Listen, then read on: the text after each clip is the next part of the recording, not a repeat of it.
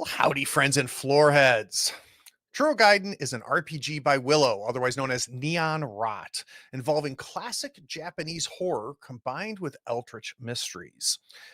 Willow ran his game Web World on the channel a few years ago, and I am so excited to have him back to run one of his newer games. Why did the local art gallery start displaying fleshy sculptures? Who is the stitch faced lady that lives in the cave down by the beach? Why do people avoid the lighthouse? We're going to play to discover and solve sinister cases much like these in a world that begins to bubble and boil. Something beyond reason is out there, and if we're not careful, it might notice our meddling in its plans. The intrinsic pool and eyescape system ensures that the horror rapidly intensifies as we meddle with forces beyond our understanding. Our success can mean our end as the eye begins to open. We're going to head to the 80s, to Japan, after the opening titles. Attention, brave viewers. This video features adults immersed in a spine-chilling horror RPG experience. The content likely includes supernatural elements, horror-related events, and potentially scenes of violence. Viewer discretion is advised. Enjoy.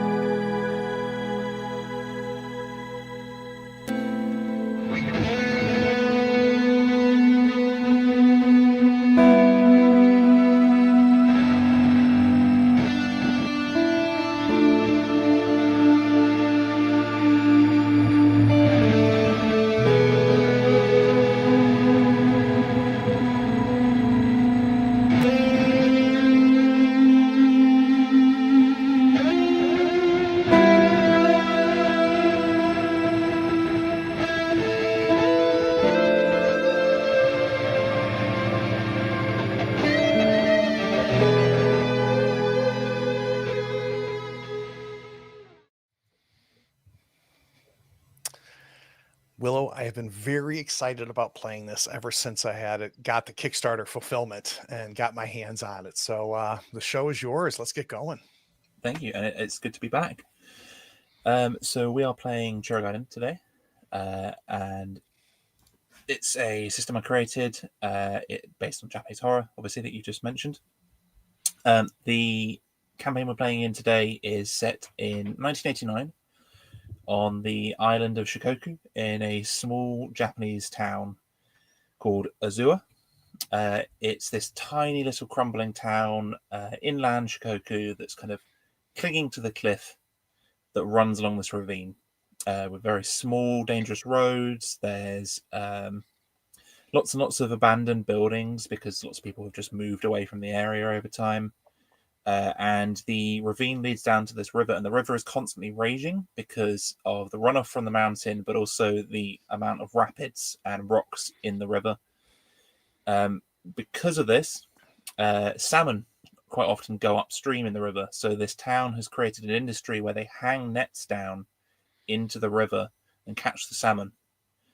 It's also quite famous for its buildings that go down the cliff in kind of multiple stories. So it looks like there's a bungalow, and then the bungalow becomes a 5-story house as it goes down the cliff.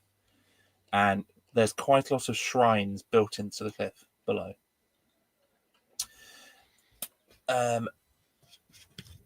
We introduce our characters in a small coffee shop called the Bean Drip. It's sort of perched on the edge of the road on the ravine side, overlooking the river. And there's a few small tables. It's quite sort of homely in there.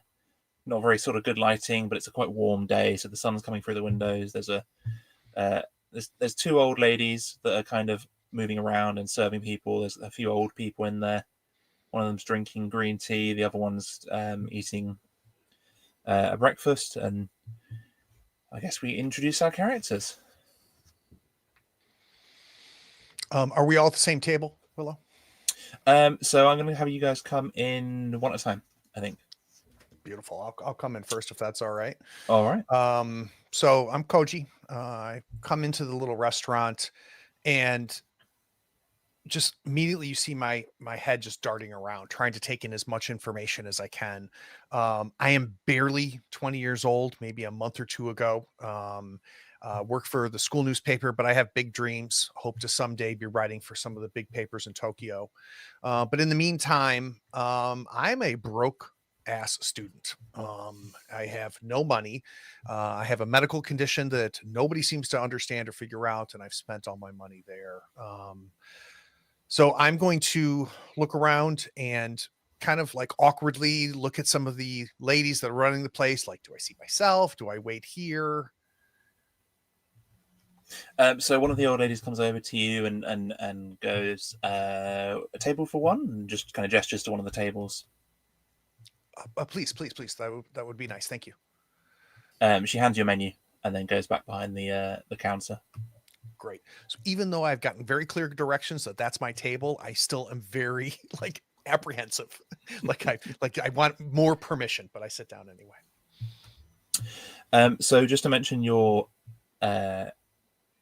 condition, in Chorogaiden there is a thing called omens. So omens are a secondary class that you pick alongside your class, which is reporter. And omens are a mostly body horror based debuff that your character always starts with, and that debuff will start to become a buff and an advantage to you over time as you trigger the Eyescape. Now the Eyescape is, if you've watched the Webword series, pretty much similar to the Webscape. So at the start of each investigation, which is each sort of one shot, I, the Weaver or the GM, will roll a certain amount of D12 dice. So it is one per investigator and one for each investigation started. And then those numbers will sit with me the entire investigation. And if any of you roll those numbers whilst rolling dice from your pool, which is also your health, it's up to you how many you roll, then that is the eldritch being beyond the veil called the eyes slowly beginning to hone in on your location. And that means something called the iris focus will increase. And as the iris focus increases, the physical game space, the town, will start to degrade. And it ranges all the way from the nights get a bit darker to insects pour from the sewers to step 26, which is the world ends. No pressure is what you're saying. That's right. And Willow, we have the current Eyescape in the upper right-hand corner of everybody's screen. So it's 3, 4, 12, yes. 10, and 11. So these are the numbers that will trigger the Eyescape. I was going to fake roll some dice, but yeah, we rolled it beforehand. So who enters next? Might be Mickey at this point. Mickey or Mikio Matsuda is probably as close to the opposite of our young reporter as we could get. He's in his early 40s, has kind of a road-worn face, doesn't look like he smiles a lot, kind of slick back, black hair, button-down shirt, skinny tie, probably a blazer. Comes in, he's got a cigarette stuck in his mouth, and he kind of comes in. Is there like counter seating, or is it all tables? It's all tables. Okay. So I'll probably just see an empty table and plunk myself down at it. All right. One of the lady comes over and offers you a menu. Okay, thank you. I'll probably just get a black coffee, honestly. She writes down black coffee and goes, of course, and goes back behind the counter and starts making a coffee. Okay. Who comes in next? I imagine that I do. Akane is right around 5'1", 5'2", dressed pretty conservatively. She's, got on a blouse and some jeans, bag kind of held, clutched pretty tight to her shoulder length hair. She's in her she's in her like early 30s, but she's got worry lines that kind of hint to like you could interpret her as older if you really just like got a good look at her.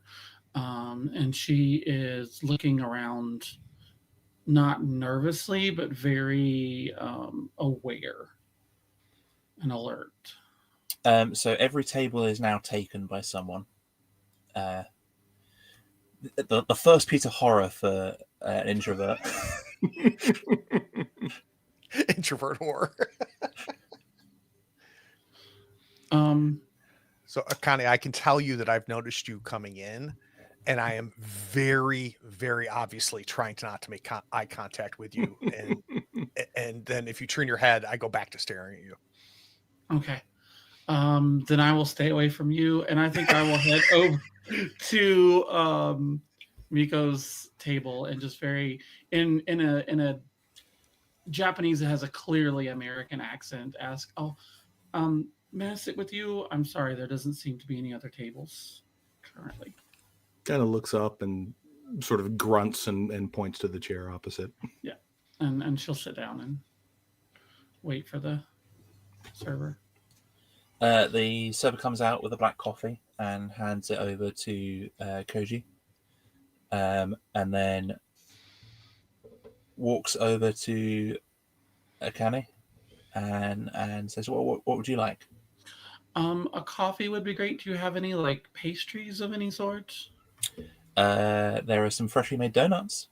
Perfect. And she goes into the back and starts making the coffee. And I think Akane kind of reads the table a little bit and doesn't like engage. And but she does pull out a small notebook and kind of starts jotting things down while looking around the diner. You'd probably notice that as the proprietor steps away, Mickey kind of reaches into his jacket, pulls out a flask, unscrews it on, just tips a little bit into his coffee. I think she nods. She nods in acknowledgement to that. Like it's a booze day. She's And Dirge is last to enter. Dirge enters. He blows in. He's tall, thin, long hair, wears a overcoat, so he blows everywhere. He sees. I'd like to think, if it's okay, that he's familiar with Akane, because both of them are slightly out of place. And I think without much ceremony, he just sort of wafts his way over to the table with her and Mickey and seats without announcing himself formally. She looks over kind of surprised and says, "Oh, I didn't expect you here this morning."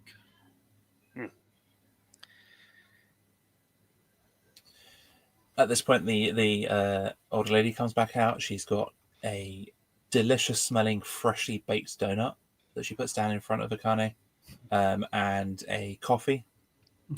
It's black, but she puts down some milk and turns to Mikio. No, not Mikio, sorry, Dirge, and asks, "Can I get anything for you?" Tea. She goes into the back and comes back out and hands you a green tea. I think while she's doing that, Akane will look over at Mikio and kind of nudge her coffee cup towards him in the flask and just give him a look, just a little smile. He somewhat begrudgingly, screws the cap off and tips a dram in there. Yeah, she gives You him from around here? I am not from around here, actually. This is my first time in this little town. It's lovely. Kind of looks over to Dirge. Yes. People say there's weird things happening in this town. Know anything about that? I just got here, so I'm not sure, but I mean, weird is in interesting or weird is in dangerous? It's kind of what I'm here to find out. I couldn't help it over here. I am so sorry. Can you? And I've got like a pad of paper. When you say weird, can you give me some examples? I don't know. I'm working on rumors at this point. That's why I'm trying to find out more. I guess you're not from around here either, are you? No. Koji. And I awkwardly like want to shake your hand, but I keep pulling my hand away before anybody gets a chance to. No. And now I'm sliding my chair noisily to then join the fourth spot at the table. But I'm here to do a story. I'm a bit of a big deal reporter, so I'm really excited that we're together. Akane kind of, when you say reporter, Akane kind of like shrinks in just a little bit, like pulls her jacket a little closer, like tries to make herself smaller while eating her donut. At this point, you hear this strange noise coming from outside on the street. It sounds like almost like the sound of like a dial-up noise, and a sort of clicking, and then the door opens and a very young boy steps through the door, and he's got this strange backpack on that's almost like a metal square with what looks like an earthquake meter attached to the back that's kind of moving up and down. And he instantly looks to Akane and goes, "You came! Oh, you came!" She blinks up at him and says, I did. What did... He walks straight over to you and shakes your hand quite forwardly and goes, I sent you I sent you the vial that was you? Yeah, I'm Daisuke. It's very nice to meet you. I've read all your books, and I figured you could give me some insight. I've been studying this town, and then he kind of he notices that there are other people at the table, and he kind of drops your hand and steps back and sort of bows and says, "I'm very sorry. It's very nice to meet you." And then he looks to he looks to Koji and goes, I think I know you, or I recognize you from somewhere. I can't think where. Did you read one of my articles? On my byline? Possibly. Just No. do me fair. Can you turn just a little bit to the side for me real quick? And then I pull out my instant camera and and just try to take a picture of this little boy with this thing on his I mean, Akane is turning like full shoulder away from him at that point. Like, And I take the instant film out and I start shaking it, and then I pull out a little plastic baggie and drop it into this plastic baggie and zip it closed and put it back in my pocket. And Daisuke goes, you shouldn't shake those. It makes the ink run. There's many places you might know me. I tend to people notice me. So just quickly, I've been in this town for some time. I've read your books. He just kind of ignores you. And then he goes, wait, no, I do know where I know you from. I borrowed money from someone and they had your picture on the wall. You boy, no idea what that could be. But it looked like they were using it as a... Tell me who it was, that'd be great. And I kind of pull my pad of paper back out again. They looked like they were using it as a dartboard. God, that's weird. Where was this? No, it can't have been you. It was back in Tokyo. I put my pad everywhere. I have one of those faces. Okay, yeah, no, it can't have been you. You came all the way here from Tokyo. Yeah, so I was actually born here, but I mean, not to toot my own horn, I'm quite smart. and I enrolled very early in university. He pats the metal thing on his back. I've been researching this as my thesis. There's something wrong with this town. There's something in this town, and I always grew up hearing stories of it, and I want to get real proof of the things in this town. And so I built this, and he like pats the device, and he's like, "This is a portable, paranormal detector, and it tells me when there's something paranormal." And this is really odd. I was walking past this cafe, and it just started going crazy. Have you seen any sort of something happening in this cafe, or? This has been fascinating, and I appreciate it and everything.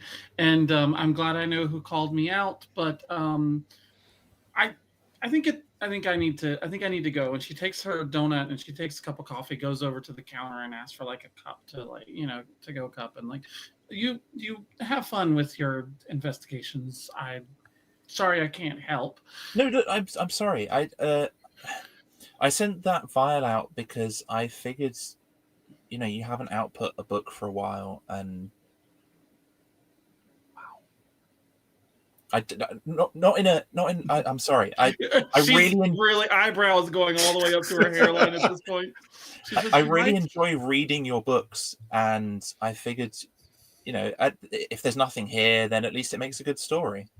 It's funny how you keep saying things and you go forward and then you draw yourself all the way back again. So I don't need a lot of attention right now. So I am going to take my coffee. I'm going to take that. I'm going to go back to the cute little bed and breakfast that I have, and maybe I'll stay a couple days, but no. He pulls he's got like a little drawer in the device, and he pulls it open, and there's a bunch of business cards in there, and he pulls one out and hands it to you and goes, "Okay, but this is my number.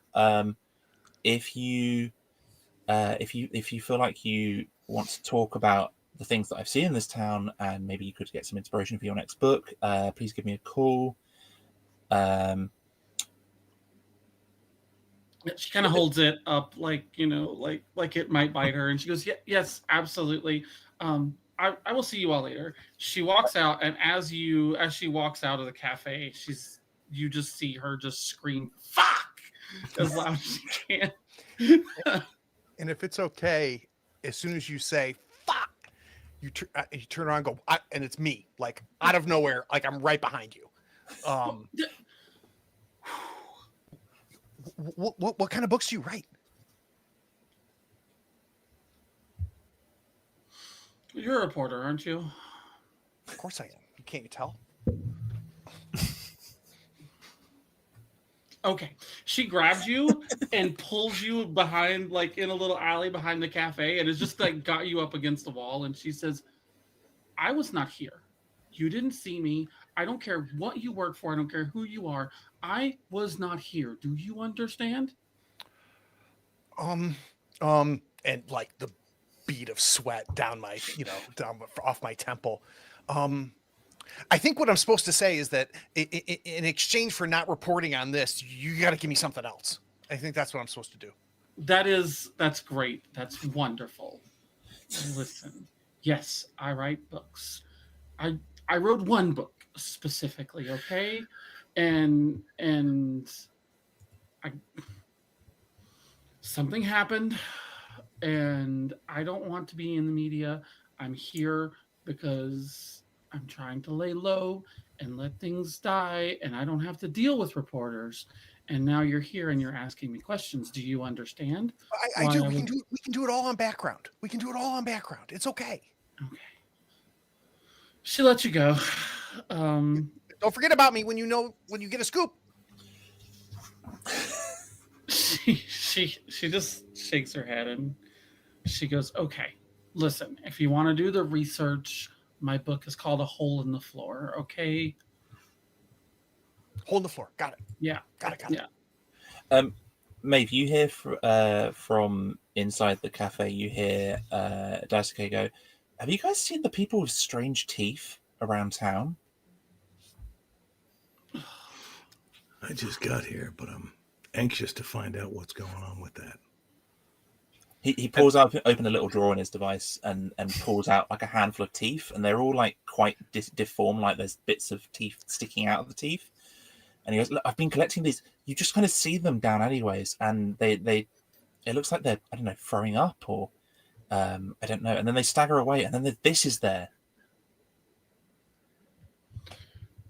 Oh, shit.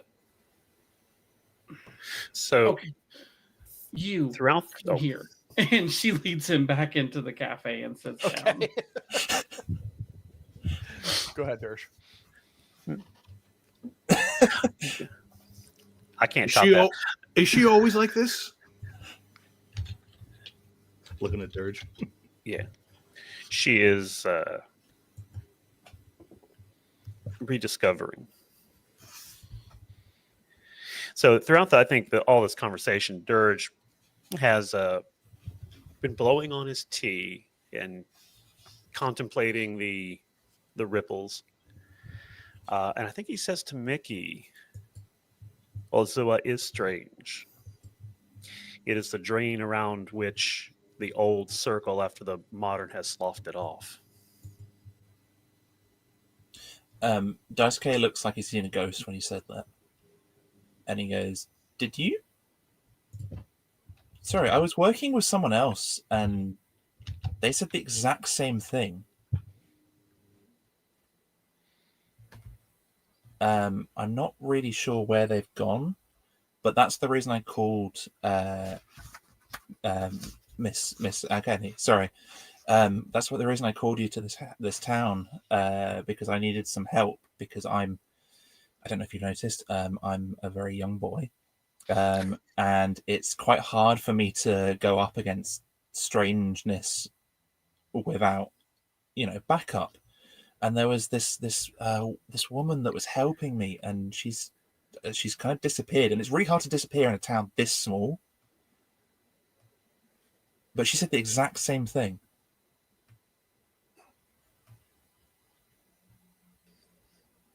So my hand has disappeared into the overcoat's pocket, and I'm touching a photograph that's there. And I think I only say, I look confused and wistful and say, "Shinjuku."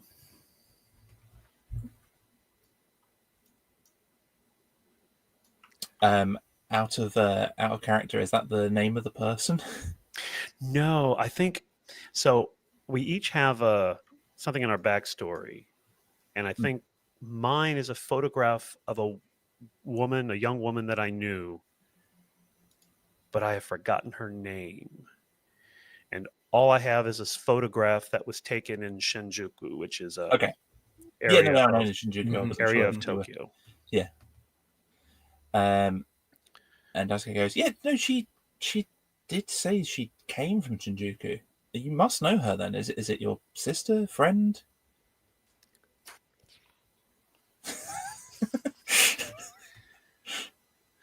I think Dirge just covers up his embarrassment by drinking the tea. Okay, I'm sure we'll revisit that at some point. So, other than people throwing up these weird teeth, what kind of weirdness are you looking at, kid? What are we talking about here?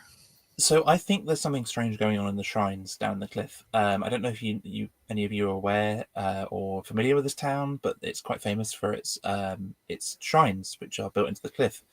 And I was specifically looking into the Herikosu shrine, which is just below the onsen on the edge of town. I was looking into. The woman I was working with was looking into it, and I don't know where she went. And what was her name? She never told me her name. She always said it wasn't important. You were working with someone and you didn't know their name? I mean, you as a young boy were going out with an older person and to whatever places, and you didn't even get her name. Didn't know who she was. She said that her name wasn't important, but she proved to me quite considerably that she knew about something supernatural happening here. I mean, I understand that, but good Lord, kid. So everybody's paying their bill because we're going to the shrine, right? Like, I feel like we're a team.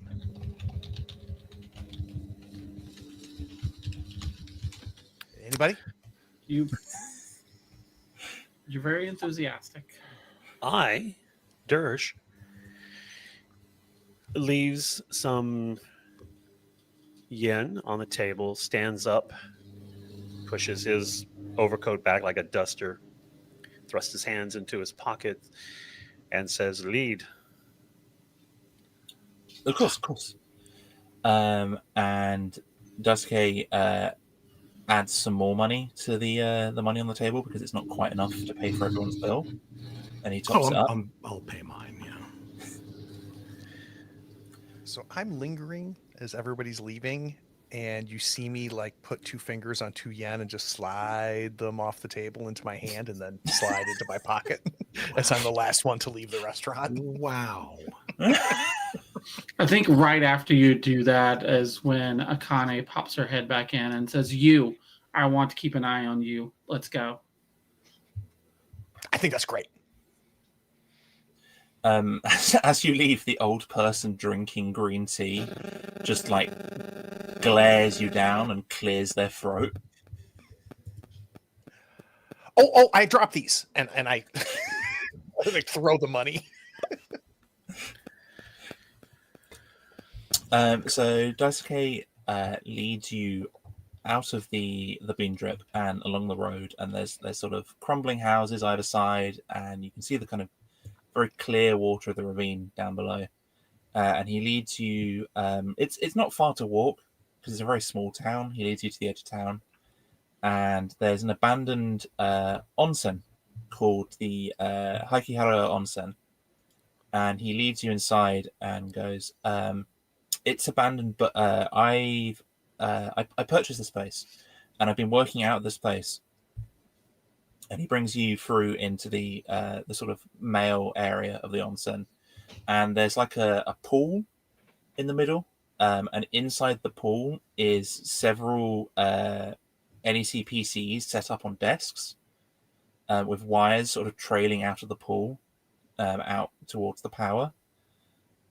And he sits down. He like takes off his big kind of pack that he had on his back and sets it down and connects it up to one of the PCs and starts sort of doing something on one of the PCs and goes, "This is really weird.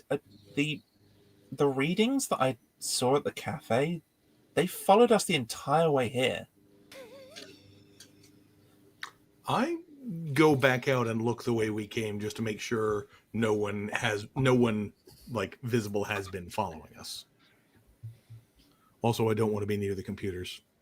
I think Kane looks over at Dirge and says, this had better, I mean, I know you're not one for this, but this had better not be a prank. I comfort you by, I think, favoring you with a thin smile and patting your back. Okay. Which is a huge reach. Mikia, as you walk out to check outside, you walk past the wires and several sparks kind of splay out from the wires, and all of the computers shut down. And Daisuke goes, No! What did you do? I walked.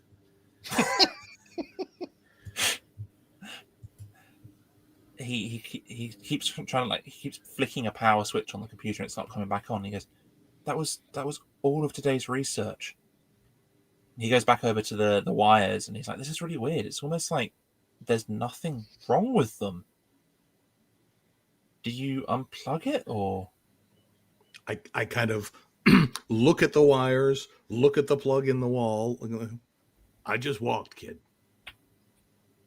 Okay, can you just go over there away from the wires, please? That's what I was trying to do. Walk outside. As you walk outside, all of the computers come back on.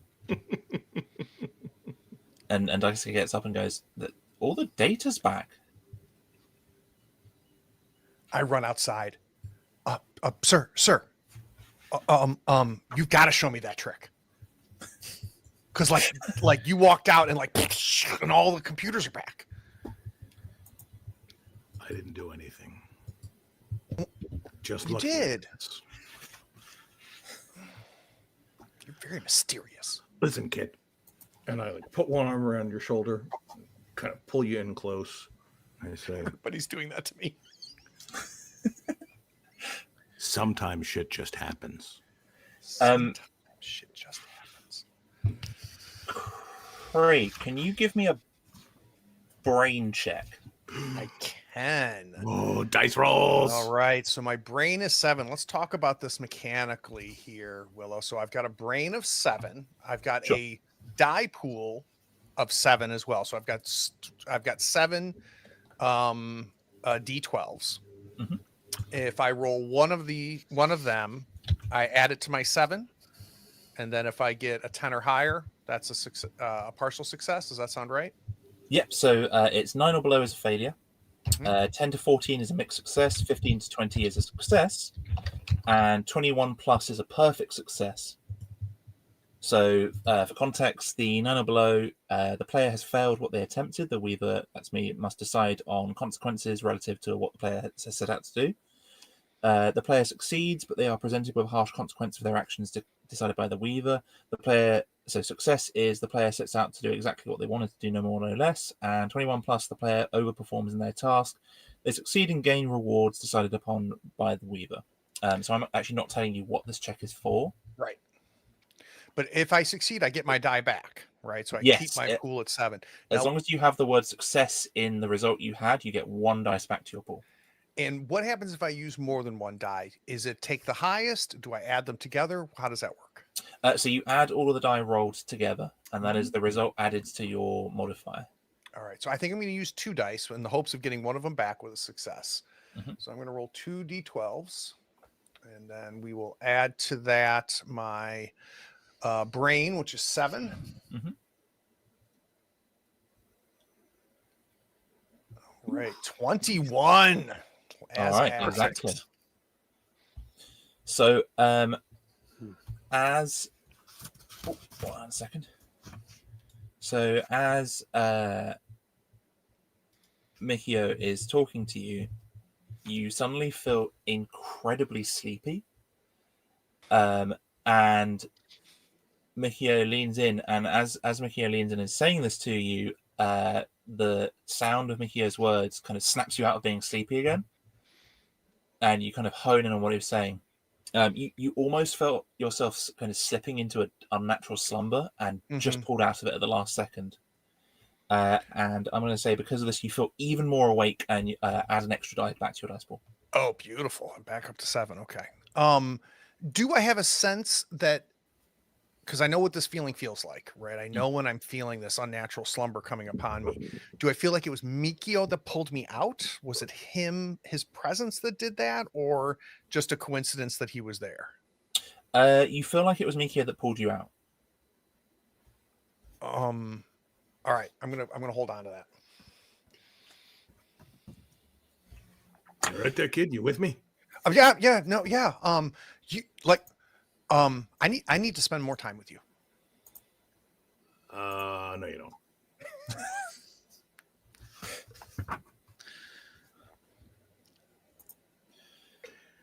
So back inside, Desuke is kind of inputting the data from the machine that he had with him. And he, as this is happening, Akane, you start to feel a feeling that you're very familiar with, which is your teeth feel itchy.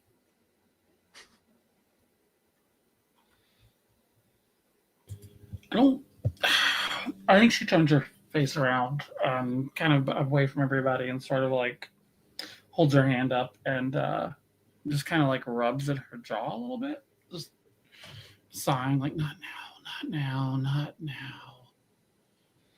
And as you do that, the device that's been set down, the little dial, the kind of earthquakey meter thing, starts going crazy. And Daisuke like leans down and goes, "That's really weird. Is it malfunctioning again?" And blood starts to trickle from your mouth.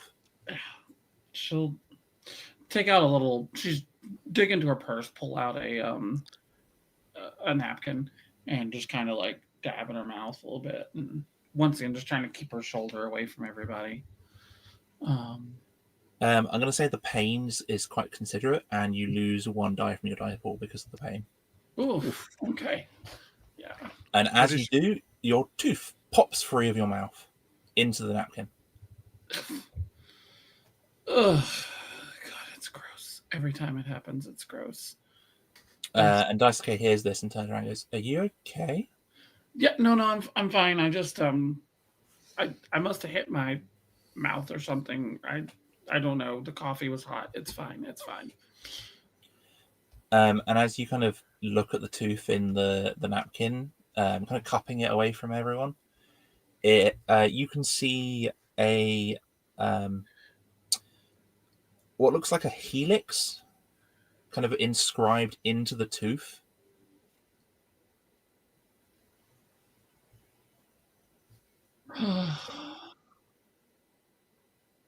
I don't have time. Okay. But has it stopped bleeding? Yeah. So it's stopped bleeding considerably. It was bleeding considerably, and now it's kind of it's just kind of left blood in your mouth. She turns around a little bit irritably, which she's just irritable. That's just who she is. And she says, "Okay, so what are we doing? Weird machines and computers turning on and off aside, why did you bring us here?" He goes, "Oh yeah, no, of course. Okay, so the woman I was working with went down into the Herikosu Shrine, which is just below this onsen. This is why I purchased this onsen. I have traced all of the weirdness in this town back to that one shrine. I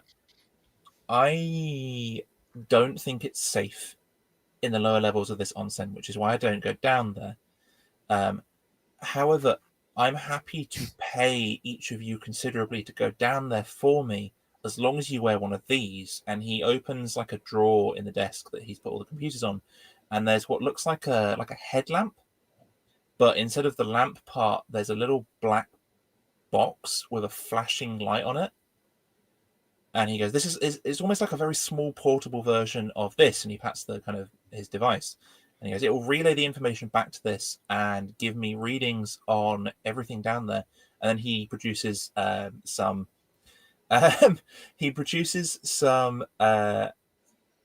walkie-talkies that are themed after anime. And goes, "And I've also got these, so you can relay anything visual you see back to me." As soon as he stops talking, I think anybody looks around and see I've already got the headset on. I've got the walkie-talkie on. I'm going, you said pay? Can we talk about that more? Yeah. So I will give you 50,000 yen beforehand, and another 50,000 yen on return. Beforehand Kid, how do you have being this now? money? Sorry? Go ahead. Sorry. That's beforehand being now? Yeah. And he opens. He's got like a little rucksack next to the desk, and he opens it, and he's literally just got like wads of cash in there. Kid, you are going to get yourself killed. What are you doing with that much money? Did you rob a bank? No. So I kind of made have you ever been on an expressway and there's a device that kind of you can pay for the expressway? I made that. and you don't have it in a bank? I You don't don't have it banks. invested?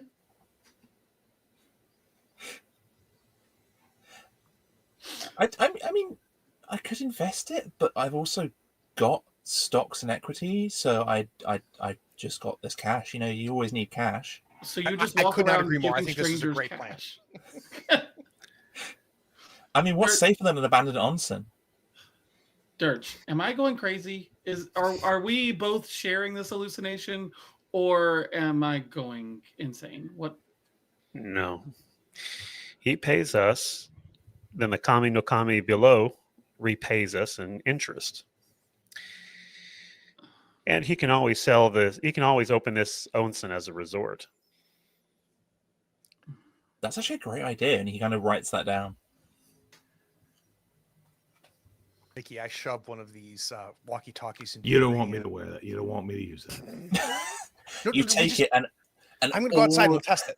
No, I'm literally not putting my hands up to take it. I'm just like, you as you move it closer to him, every walkie-talkie just this high-pitched noise like fills the air, Like, pull it back. Ugh. and he starts fiddling with the one in his hand. He's like, "Why is it doing that?" I don't know. No, here. And I'm shoving it into your hands, Dirge. One of the walkie-talkies. Here, no, you hold it and I'll go outside. Dirge will take it. So you stand there. Takes and what offered. you hear a Ghost Hunter 1 to Ghost Hunter 2. Ghost Hunter 1 to Ghost Hunter 2. Over. I just pulse it, so it's got a little rhythm to it, but on and off. And all of a sudden you go, ooh, that's pretty cool. I got to learn how to do that. I'm waiting outside because we got stuff to do, kids. I want to throw this over to you guys. All of the walkie-talkies are themed after a different character. What are your walkie-talkies themed after? Oh my oh goodness. god. Oh my goodness. So Daisuke's is Doraemon.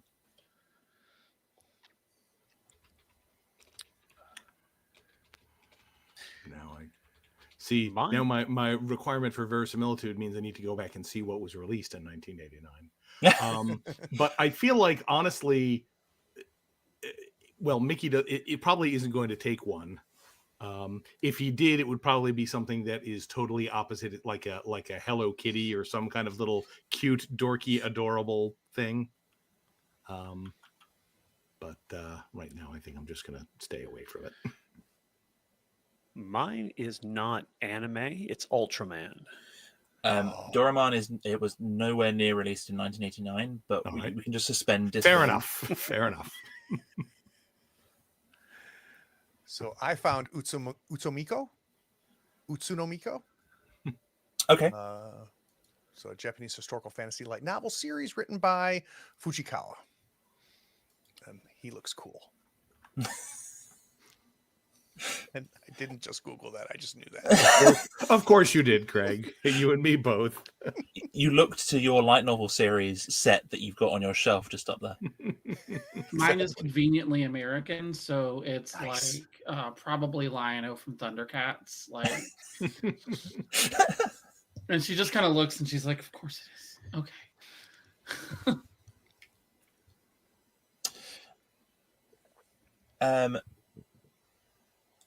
Daisuke walks over to Mikio and hands you one of the devices and goes, "Are you going to wear this on your head?"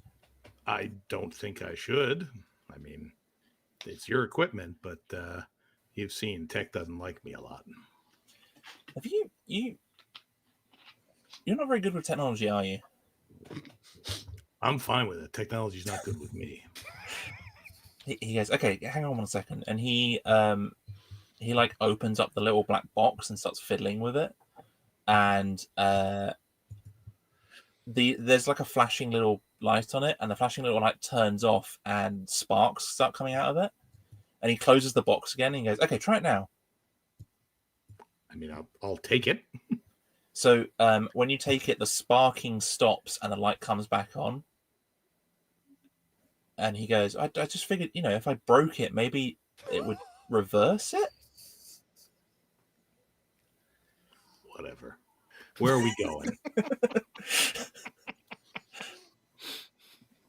So he walks over to the side of the onsen, and there's like a door there, and he takes this kind of collection of keys out of his pocket and unlocks the door and slides it open and goes, "It's down there," and that he points down, and you can hear like rushing water from the other side. That's quite loud the second he slides the door open, and there's a set of stairs, like tiled stairs going down, and it is pitch black in there. I'm looking through the door and looking down at this and looking back at the kid and going, you said it was 75? 75 after? I said 50 after, but yeah, I guess I could do 75. I'm going to start going down the stairs. Akane will reach into her purse, pull out of a flask of her own, take a big chug, and hand it over to Mikio.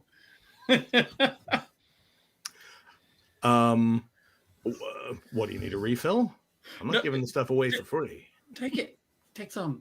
I owe you. You just save it. I have a feeling we'll need it later. She'll tuck it back in. I think it's. Sorry, go ahead. She'll tuck it back in, and as she does, the napkin with the tooth falls to the floor, and the tooth kind of rattles out across the floor. You're lucky. Daisuke like hones in on it straight away and picks it up and goes, "Oh, you've seen them too?" Yeah, I found this one earlier. That's really weird. This one, he like holds it up and he's like, "Did you carve into this?" No, it was like that when I found it. This is the symbol of the shrine. That's weird. That's very weird. This whole day is weird. Everything is weird. And she proceeds to go down he starts like rubbing it. He's like, "Do you mind if I keep this?" Please keep it. It's yours. He puts it in his pocket and he goes, "Do any of you guys want a flashlight?" I think it's reasonable that I would have one as like a cop detective type. Okay. If not, if I don't have one handy, I'll certainly take one if he's got it. Yeah. So he's got like this big heavy duty flashlight and he's like, "I've only got one because I had two and it, My head pops up to the door, so I'm like a couple steps down, so it just looks like my head pops up at the bottom of the door and going, I wouldn't let him hold the flashlight. I've got my own flashlight, and it's like it's probably like a hand cranked, old school flashlight. Yeah, I will. I'll take it. He hands it over to you, and it is considerably heavy. I'm old enough to remember those flashlights. They had like car battery size. Yeah, flashers on the side. Yeah. Mm-hmm.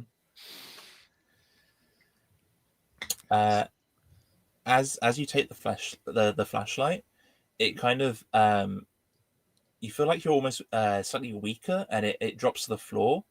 And there's a moment where, in a cartoonish way, your legs are kind of up in the air with the flashlight holding you down, and then you slowly come back down. So, yeah, that's a thing. I imagine the overcoat once again, much more like a duster, sort of flares out, and I forgot to mention that his signature is this Meiji style kepi hat, and whereas Mary Poppins might have her umbrella, he's got his kepi hat, and he's holding that on as the battery sort of anchors him. So it's got this extra comical, whimsical element to it. Daisuke's mouth is wide open, and he just like slowly takes a camera out of his jacket that he's wearing, and just snaps a photo of you.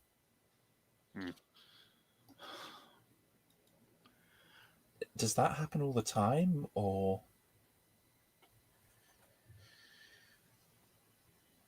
Time is cyclical. She said that as well. And he goes over to the desk and he like props it's like it's an instant camera, and he kind of puts the picture on the desk and waits for it to develop and starts like typing on the computer. And then he turns back and he goes, "Oh, I should probably mention I'm going to lock that door when you go in. Just knock when you need to come back out, and say time is cyclical when you come back up, so I know it's you, because there are some things down there." Some things. What, Willow, what how kind do you of feel about us? things? Oh, go ahead. What kind of things are we talking here? I don't know. I haven't seen them, but occasionally I hear scratching on the other side of that door. Yeah, that's I mean, it could be raccoons, Tanuki. Yeah. It could. I mean, maybe there's a salmon in the water. Salmon don't need do a money. lot of scratching. You know, I don't need money, right? I don't have to be doing this. I can just go. I can hold yours for you. As long as you keep your mouth shut, I don't care. But this is all insane. You're insane. You, reporter kid, are definitely insane.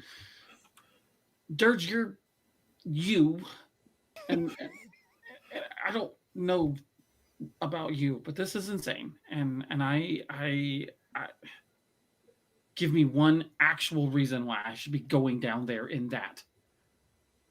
The commie is lonely.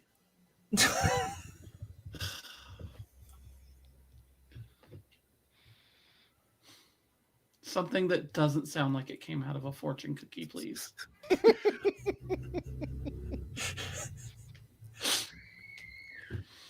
He the Daisuke pulls like he's got like these print offs with the kind of the sides where you can rip them off, and he's got a stack of them this big, and he pulls them up onto the desk and goes, "This is every single piece of information I collected in this town. There is months of research here.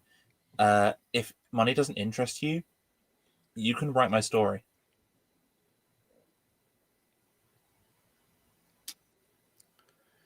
Okay. I'll take that. I'll take that. Okay, it'll be here when you come back up.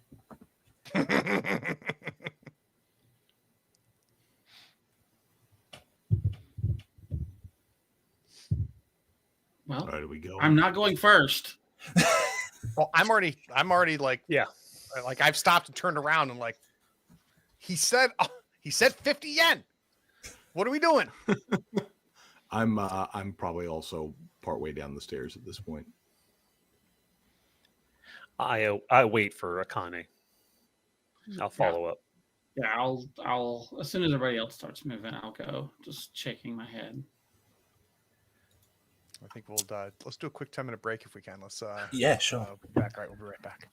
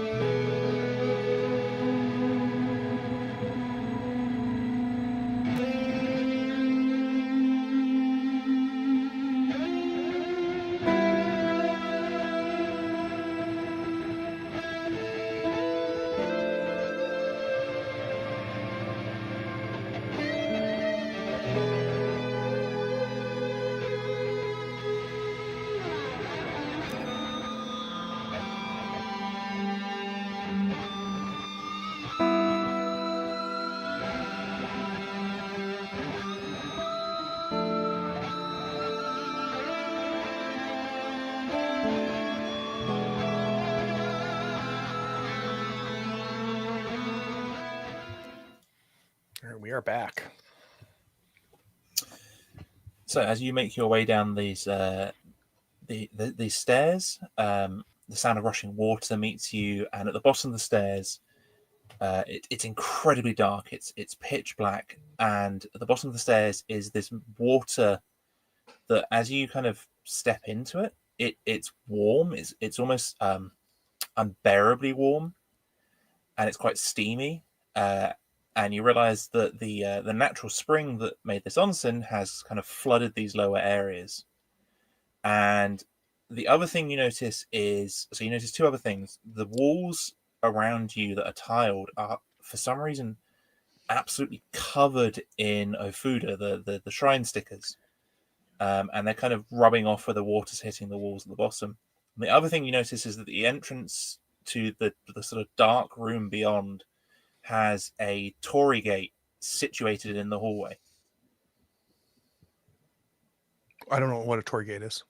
Oh, sorry. So the torii gate is the classic Japanese gate that you see that's like a red kind of two poles on either side and then two poles atop. Yep, got it. Cool. You find them in front of shrines. Mm-hmm. Yeah, it seems weird to have one indoors like this. Yes. Yeah, I will stop, obviously, and wait for everybody to come. Now that I'm fully paid, I don't have an interest in being first anymore. You're not fully paid yet. Well, I'm paid more than I've been in a long time. So True. Yeah, Mickey is kind of not afraid to start having more, and he's kind of, shuffling his feet as he goes because he doesn't want to step on any broken boards or, nails or anything. Just kind of scanning around to see if I see anything weirder than the room itself as I start gradually moving towards that next room. So you pass through the torii gate. I will get to it, and I want to take a look. Does it look like it was built in here? It was like constructed as part of the onsen building. It does not. It looks like it was kind of, almost for a want of a better word, grown out of the tiled floor. And as you see it up close, you realize that the other strange thing about it, because torii gates are generally kind of solid wood, it's twisted into a spiral up each side. Kind of run my hand along it. Does it feel like it's like worked wood, like polished, or is it just kind of rough and kind of natural? It feels polished. Okay. And you can see where it's twisted, the red paint is kind of flaking off. Do you know what that means? Nope. Can I see anything with the flashlight beyond it? Any kind of detail about what's over there? So you see a long dark room. It's quite hard to hear anything because all you can hear is rushing water, and you can see the water is moving back and forth in this room and in the hallway you're in. And you can see several kind of pipes along the wall, and a few of them have burst, and the water is kind of rushing from the pipes. And there is a considerable amount of steam filling up this room that makes it quite hard to see the other end of the room. Okay. I'll probably take a look behind me, see if everybody else is still here, and then just kind of move ahead through the archway into the next area. Sure. Can I ask how you move through the archway? That's not a threatening question at all, Willow. I'm happy to answer questions like that. Yeah, I think, honestly, Mickey is the kind of guy, he kind of looks around. He doesn't see anything obviously weird. So I think he'll just kind of step one foot through and then, just follow. Yeah, he's not. Can I get a center, right, or left part of the archway? Wow. So I'm guessing that he was kind of reaching up with his left hand to feel the thing. So he'd probably be on the left side as I see it. Sure. Can I get a magic check from you as you walk? I'm not good at those, though. What's your pool, Mickey? My pool is 7. Okay. And what's your magic? 3.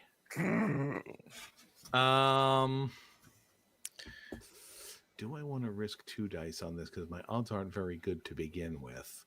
I think I'm just gonna roll 1 die and see where the fates take me. Oops. And you can add the +3 before you roll it. That's good. Yep. And that was one of our Eyescape dice, just to make everything perfect. Well, it's been fun, guys. So, as you walk through the gate, this feeling of being watched overwhelms you, and this pitch black room, there's a sudden kind of it almost feels like there's a flash, as though you're in a glass tank and something just ran a flashlight along the tank. This red light moves along the length of the room and stops on you briefly and then disappears and it turns pitch black again. Everybody sees that or just Mickey? Just Mickey. Okay. Right. So I'm immediately gonna like bring the flashlight up and start scanning in the direction I felt like that came from to see if I see anything. So all you see is tiled wall now.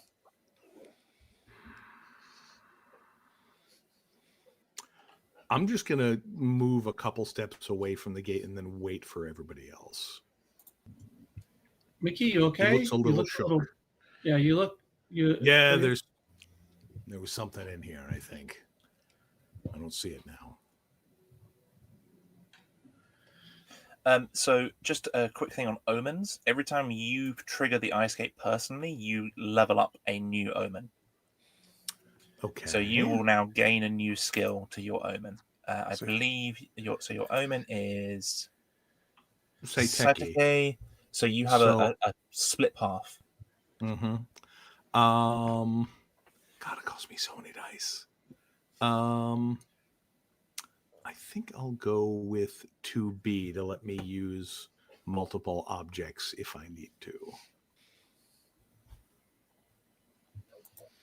All right. And forgive me if I may ask, how do we determine the pool that we have?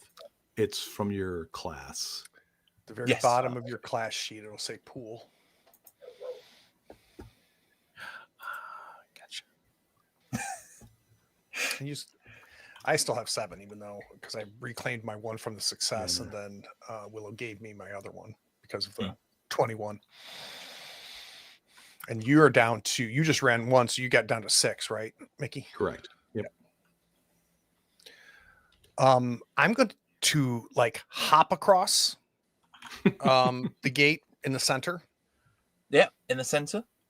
Okay, so as you hop across the gate in the center, this immense feeling of weight just instantly covers you, and it almost feels like something is crushing you into the ground. Instantly take 2 dice from your pool. Oh man, that's what I get for like bragging about my mouthing off about your pool. Yeah. I'm flat on the ground and very disoriented. So it pushes you into the water straight away, and as it pushes you into the water and you're under this water, your eyes are open as you go in, and looking back at you, you see a pair of eyes, and then it zips into the darkness of the water. Our head pops out of the water. I'll like reach down and like pull you to your feet. You all right? Yeah, I'm good. Can I borrow your flashlight for just 1 second? Or you can hold it. Just hold it. All right. I'm going to reach into my pocket and pull out my photograph. So I've got the Shutterbug ability with my instant camera. If I take a picture of something, in this case, I took a picture of the kid with the box and back at the restaurant, I can see their true self. So to read it word for word, I use an instant camera to snap photos of subjects. The photo takes 20 minutes to develop, which I think has passed, revealing the true form of whatever was in the image. Each cartridge holds 8 shots, and the film must be purchased. Sure. What do I see? So you took this picture in the cafe, right? In the cafe, and with the kid trying to get as much of the box as I could. Yep. So you can see the kid, and the kid looks like the kid. The other thing that you can see is that his box, it looks almost like it's full of eyes. So in a way that in a way that it looks like eyes have been squashed into this box. And the other thing that you notice is that the old lady in the back of the cafe does not have a face. Cool. Yeah, I'm gonna kind of like put it towards you, Mickey, and go. Don't ask why this works, but What the hell? she doesn't have a face, and this box is weird, and I saw eyes when I fell in the water. I kind of immediately looked down and kind of backed my feet up a little bit from where he fell. Yeah, there was something that felt like eyes watching when I came through the gate. When we go back upstairs, can you walk really close to his box?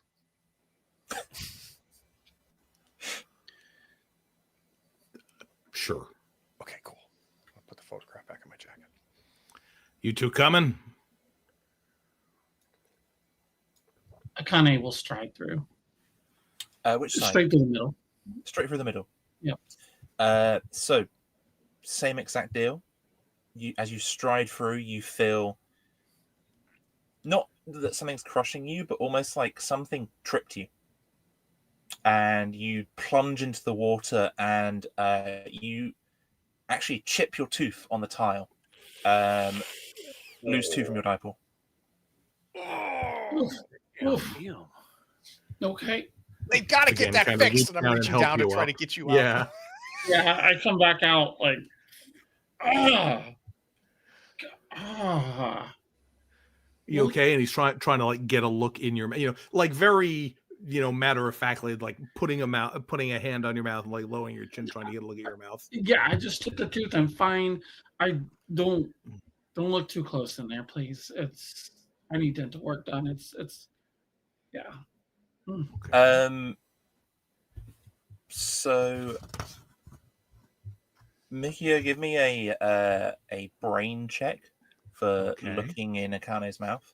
All right, that at least I'm a little better at. I'm still only going to use 1 die.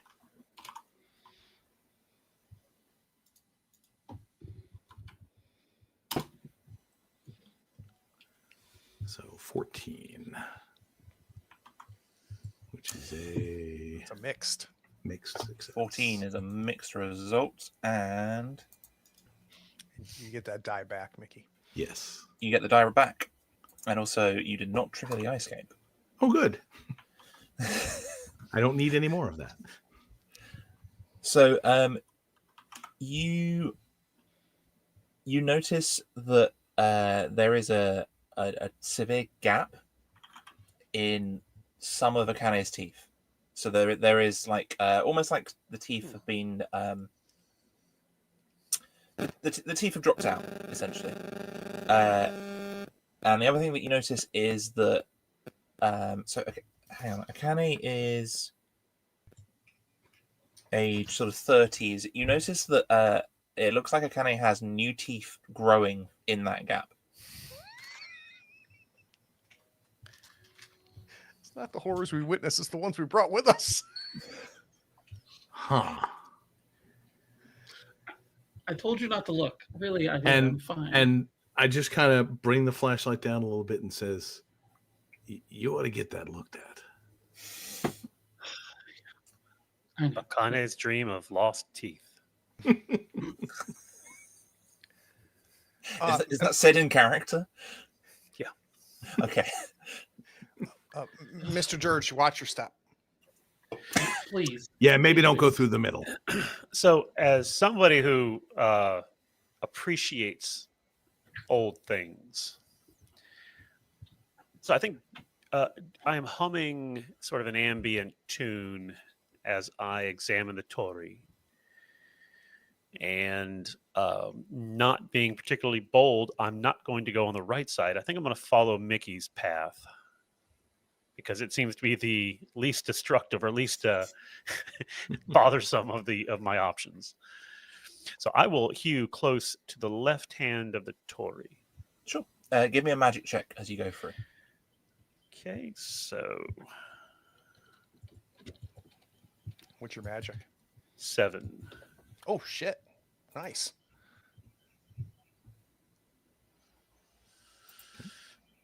Nice mixed. So success, mixed success. You get your dice back. So as you go through the left side of the gate, you don't trip. You make your way into this wider room, and it feels. You look down, and it feels like you are walking through some sort of thick weed or something. And then you feel that thick weed kind of pull away deeper into the water.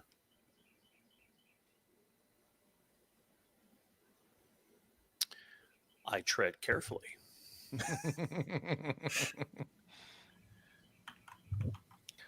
So, what did he say we're supposed to do when we're down here? Find whatever weird stuff is going on. And I'm flicking the black box on my forehead. Like, how do I know it's working? You hear your walkie-talkie kind of static, and then you hear, "Can you stop flicking the box, please?" Ghost Hunter 2 here, Roger.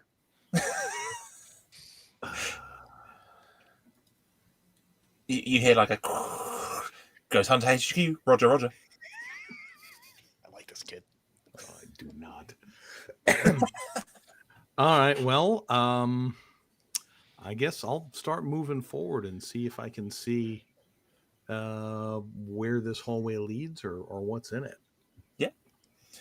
So you make your way down into the steam, and as you're making your way through the steam, you kind of see that the pipes and the hallway just lead to another doorway. And there's no door. It's just an opening, and you can see that there are steps going down, and the water is actually rushing down these steps like a small waterfall.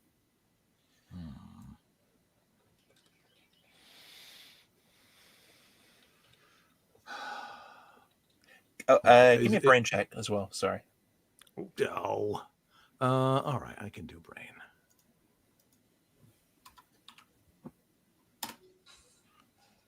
I could, in theory, do brain.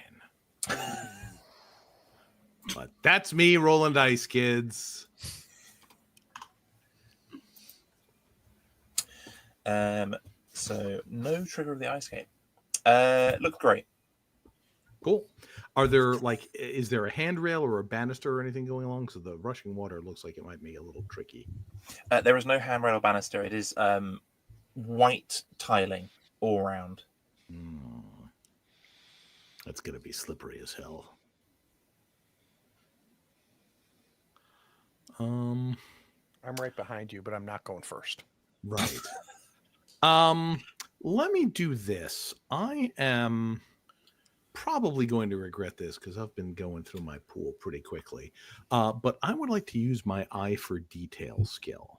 Just, kind of scanning as we're going along here. And basically what this means is I can spend a D12 from my pool to discover a single clue relating to the current investigation in any location. Nice. So there's got to be something here that will give us a hint as to what's going on. So you notice a few things. Number one, you notice that there is a sign on the wall pointing down towards the stairs. It was almost kind of rubbed off by the water. And you notice that it is the symbol for a shrine.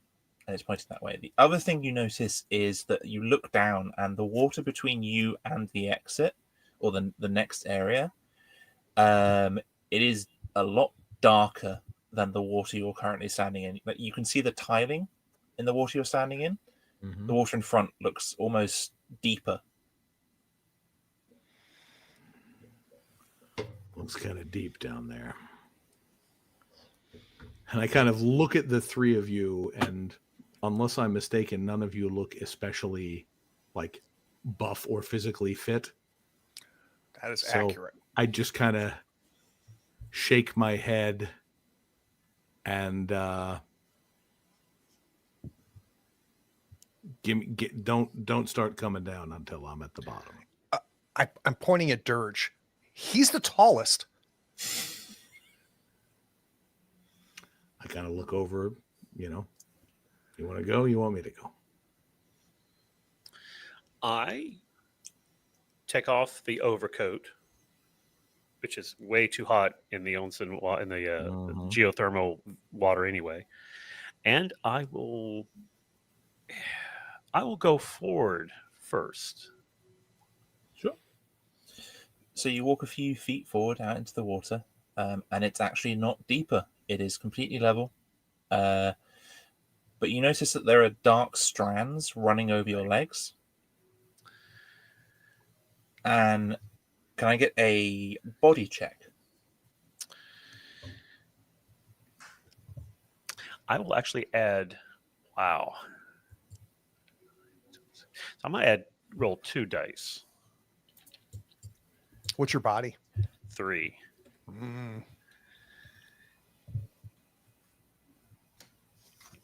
And Those should be D12s. those are D6. Yeah. Shall I re-roll? Yeah. Yeah. Oh, Yeah, sorry. don't rip yourself off. What game am I playing again? Let's try that. That's better. Okay, and I get one of those back. Yes. So you will get. What was your body again? I should be down to. My body was a 3. Yeah. So you get rolled 14. So yeah, you get a mixed success. You'll get 1 back. The 4 you rolled on the D6 and the 4 you rolled. One of those 4s is the Eyescape. Oh, that's right. So as you step into this kind of these black strands in this water, it feels like you step through the floor and you're falling, and suddenly you are in a black void, and below you there is nothing but blackness, and then a line splits across the blackness and an eye opens, and it kind of looks around slowly, and then the pupil hones in on you, and then suddenly you're standing back in the onsen, and you notice that a white hand is moving under the water towards your leg, but you notice it before it gets to your leg, and it's very slowly creeping.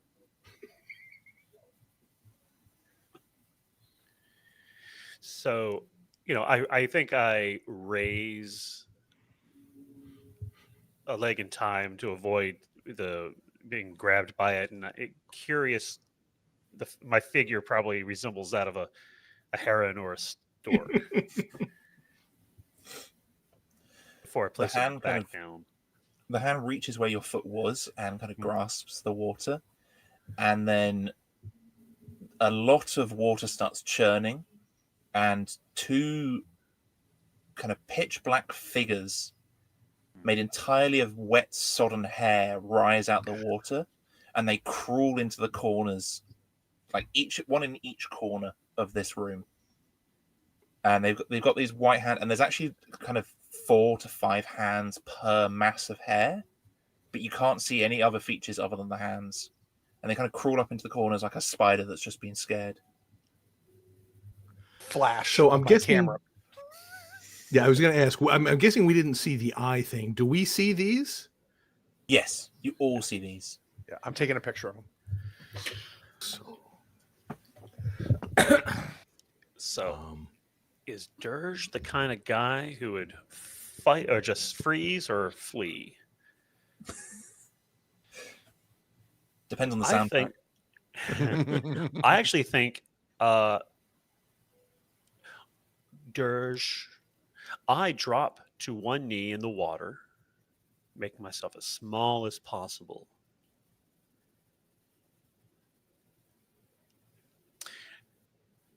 And I watch shrew-like as these hands in the hair mask goes to the corner. So as you're watching them, one of them is staying where it is. It's kind of gripping the surface, and the other one starts to move along the wall, and its fingers are quite sharp, and they're digging into the tiling, and occasionally a tile will fall off the wall as it moves, and it moves to just above the exit doorway. And as it's moving, you can kind of see these 2 eyes kind of looking out at the group. and it stops above the exit doorway, and its hair kind of falls down in front of the doorway like a curtain. And it's just sitting there and watching you. Mickey's not the kind of guy who is going to leave anybody down there alone, so I'm going to make my way down the stairs and try and get a look at these things. Akane was hiding behind Mickey, so now she's forced to go. My hand is shaking, and I'm like, Ghost HQ, you getting this? Over? It kind of goes, and he goes, yeah, I'm getting all of this. The meter's going crazy. What are you seeing? Can you describe it? Hair clog with white hands. Now, is that like a mass of hair, or is that like a shoe? Oh, it's a lot of hair. Okay. You can hear like the scratching of a notepad. Great. And I will follow Akane. Our deaths will be well documented. So when I get down there, I'm guessing because Japan, I'm not likely to carry a gun, but I figure I maybe have like one of those little extendable baton kind of things. Yeah. So I'm just gonna kind of whoop that, and I'm not going after them. I'm just kind of staring at them and trying to figure out what the hell they are. Sure. Not coming up with any conclusions. Give me a brain check. Oh, I should stop asking things that make me roll dice.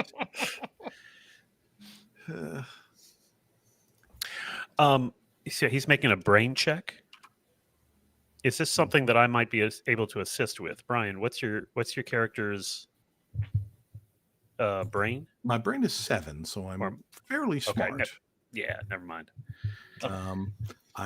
I'm reaching the point. It's always a challenge in this system because it's like I really want to succeed, so I want to roll another die, but I'm running low on dice, so I'm just gonna increasing your chances of hitting this. Yeah, I know. So I'm just gonna risk what I got here.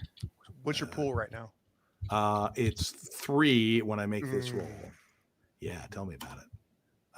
And it is not wanting to roll, so let me refresh the forge real quick. Just to touch on what Connell said. So assisting works the same way as it does in WebWorld. So you can choose to assist another player. You will not get any dice back if you give one of your dice from your pool to the other player to assist. However, they will be able to roll the dice that you help in the assist with. Nice. You also have to describe how you assist them. Okay. So, Connell, I'm assuming I'm doing this on my own? Yeah, I think with a 7, though, you're... Let's find out. It's me rolling dice, so... Just don't roll a 1. But, of course, I rolled a 4, so... That's an 11. That's exciting all right. new eye things. Oh, God. Yes. Oh. So that is a mixed success. So you can, in trying to work out what these things are, you determine that you kind of notice that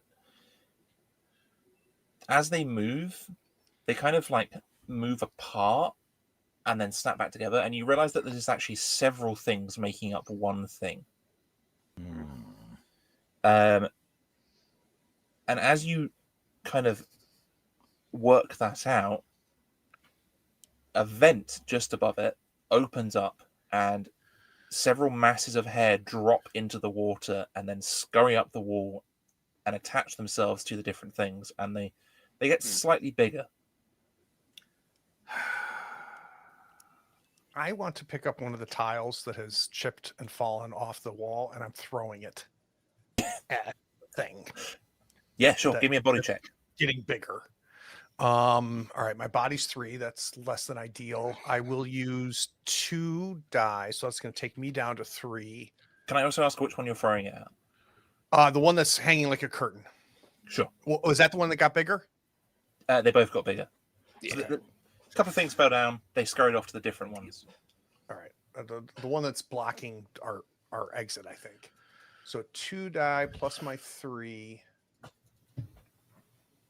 To just translate why they got bigger, so you rolled a 4.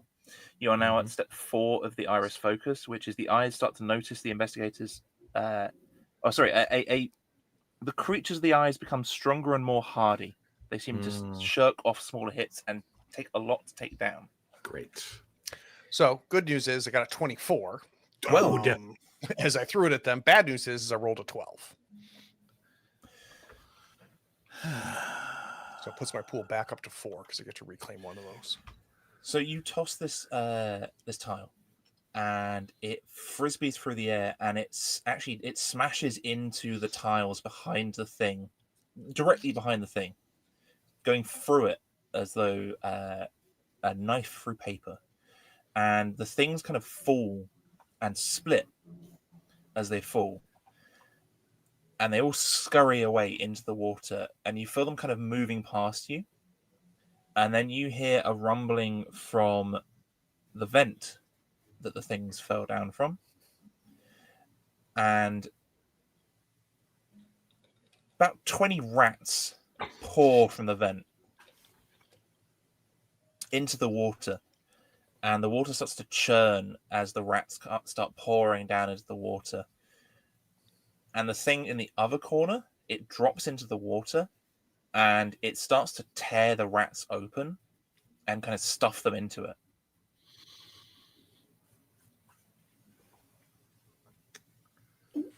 We can just leave, right? We can just go up and leave. We don't have to do this. So if the things on the wall dropped into the water, does that mean the door is currently clear? Yes. Mickey, because he's an idiot, will say, "The door's clear, come on," and start making my way across to that exit. And I'm right behind you. I'll just give Dirge one look, go fuck, and run after them. I follow, of course, but I think I'm going to take a last look behind me just as I cross the threshold of the Tory. Sure. So there's no Tory on this side. This side, there is just an open doorway leading down the stairs. So in the room, it's a rat hair thing massacre. There is blood, there is squealing, there are white hands kind of tearing into rats.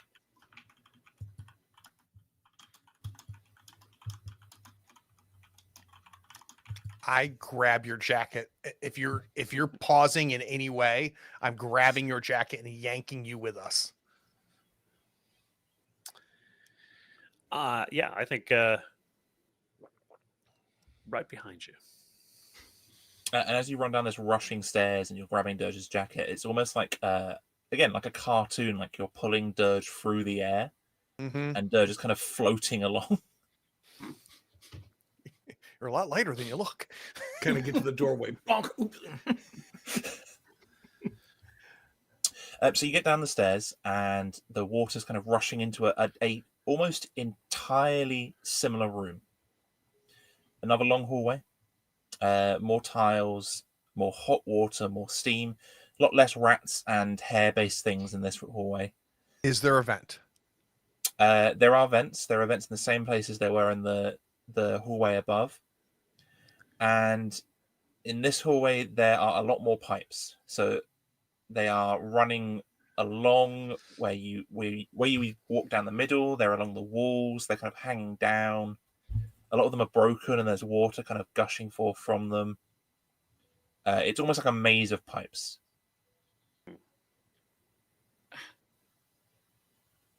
How big is this place? As big as the center of the earth. Thank you for clearing that up. Why are we friends again? Don't answer. Don't answer. We found scary shit.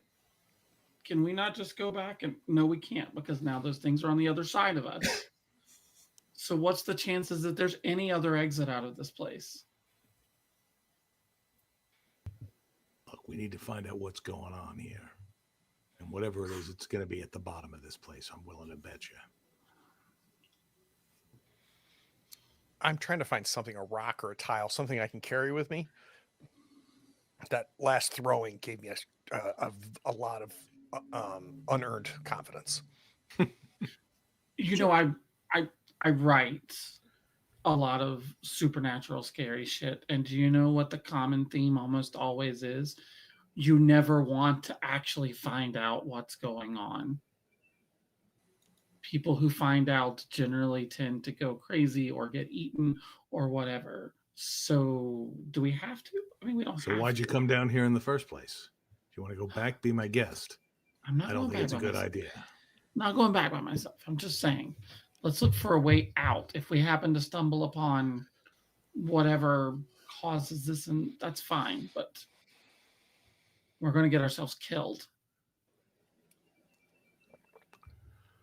Or catch some sort of amoeba because we're standing ankle deep in hot water. Well, yeah, I'm just going to Working I'm our way just going through to the keep maze. pressing forward. Yeah. Yeah.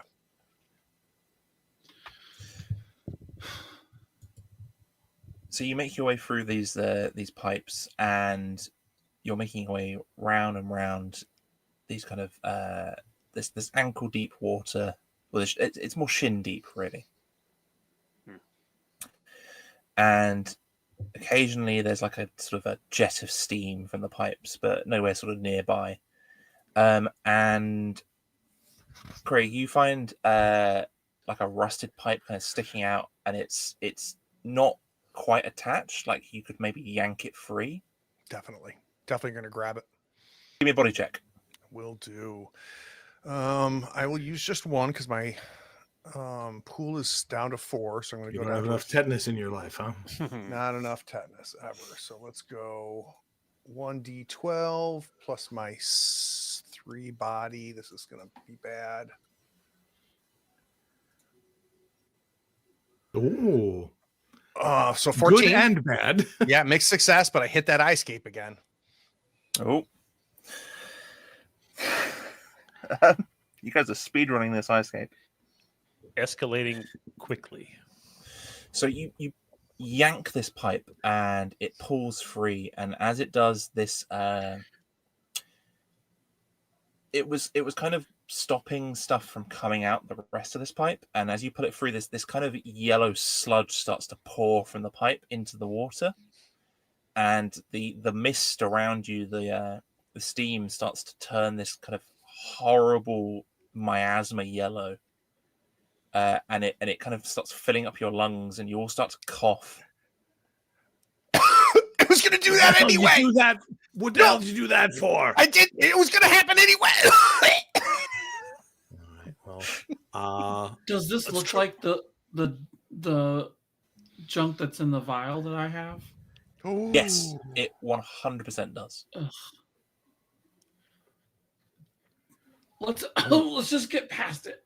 yeah, Maybe the other rooms are. pressing forward to try and get clear of this nastiness. So you make your way to the other end of the room, and you're kind of coughing and hacking. And at the other end of the room is a door, like a double door, and it's kind of it's almost watertight. There's a seal around it, and there is a chain covering it, stopping it from being opened.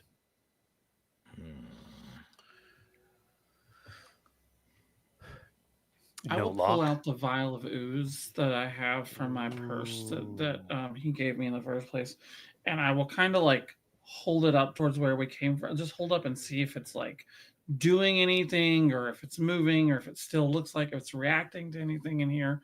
Just kind of like it is bubbling. I don't like that. And as you're doing this, the kind of the miasma is getting worse and worse, and the smell of the smell of like rotten eggs is filling the air. I'm starting to hit the chain with my pipe, like panicking. She opens the vial and then starts to drop it on the chain. Since this is sulfuric, maybe it's acid. Maybe it'll eat through it a little bit, like just a couple drops to see. Like, Sure. So it drops onto the chain, and it doesn't burn through it. The strangest thing happens. The chain starts to turn, and it starts twisting and twisting and twisting until it pops apart. Oh, just go. I don't. Yeah, I mean, if I that have no opens answer the for door, that. we'll figure that out later. Yeah. So you open the door, and on the other side of the door is the ravine.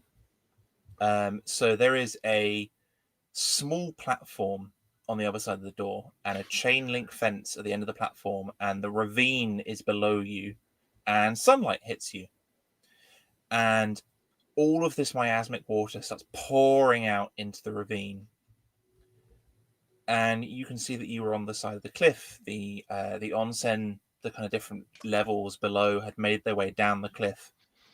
And there is a walkway to your left, kind of making its way along the cliff and round sort of a bouldery part of the cliff with a chain link fence. And it's a very sort of rusty, unkept walkway. And on the left side of the walkway, sort of built into the cliff, is this this very small shrine, like a little kind of box shrine.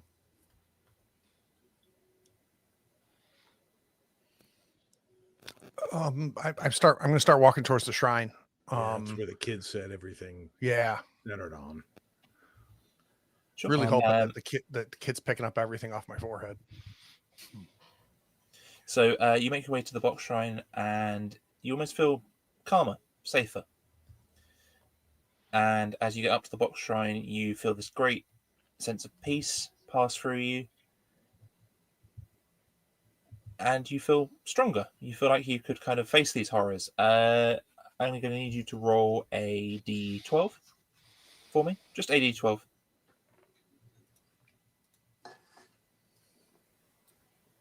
11. Could everyone roll a d12? Oh, everyone. Okay. Okay.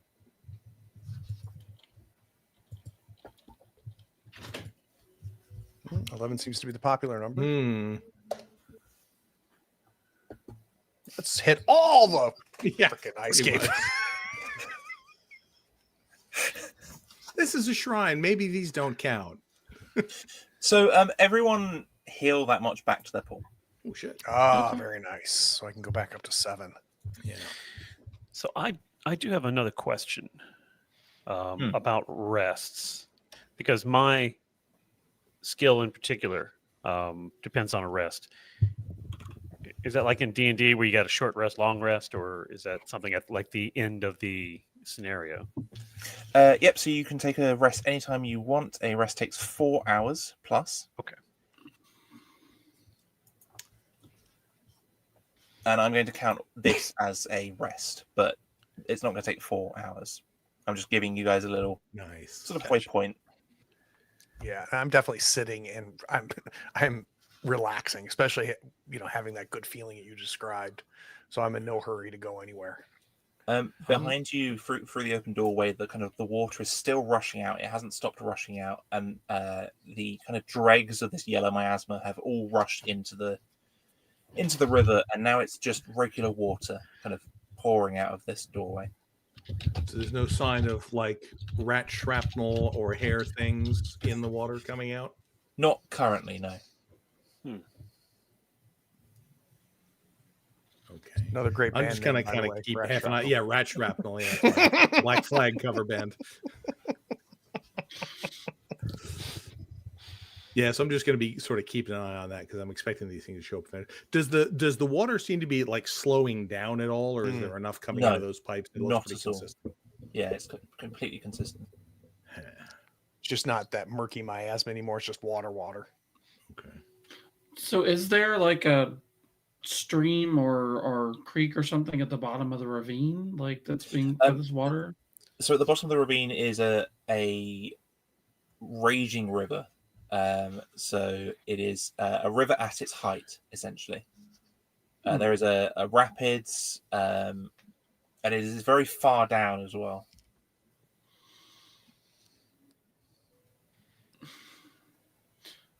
Yeah. Okay. Okay, so what are we doing next? Like Probably we're here, warn we whoever's found the shrine. downstream when we get back up. The walkway continues around the side of the cliff.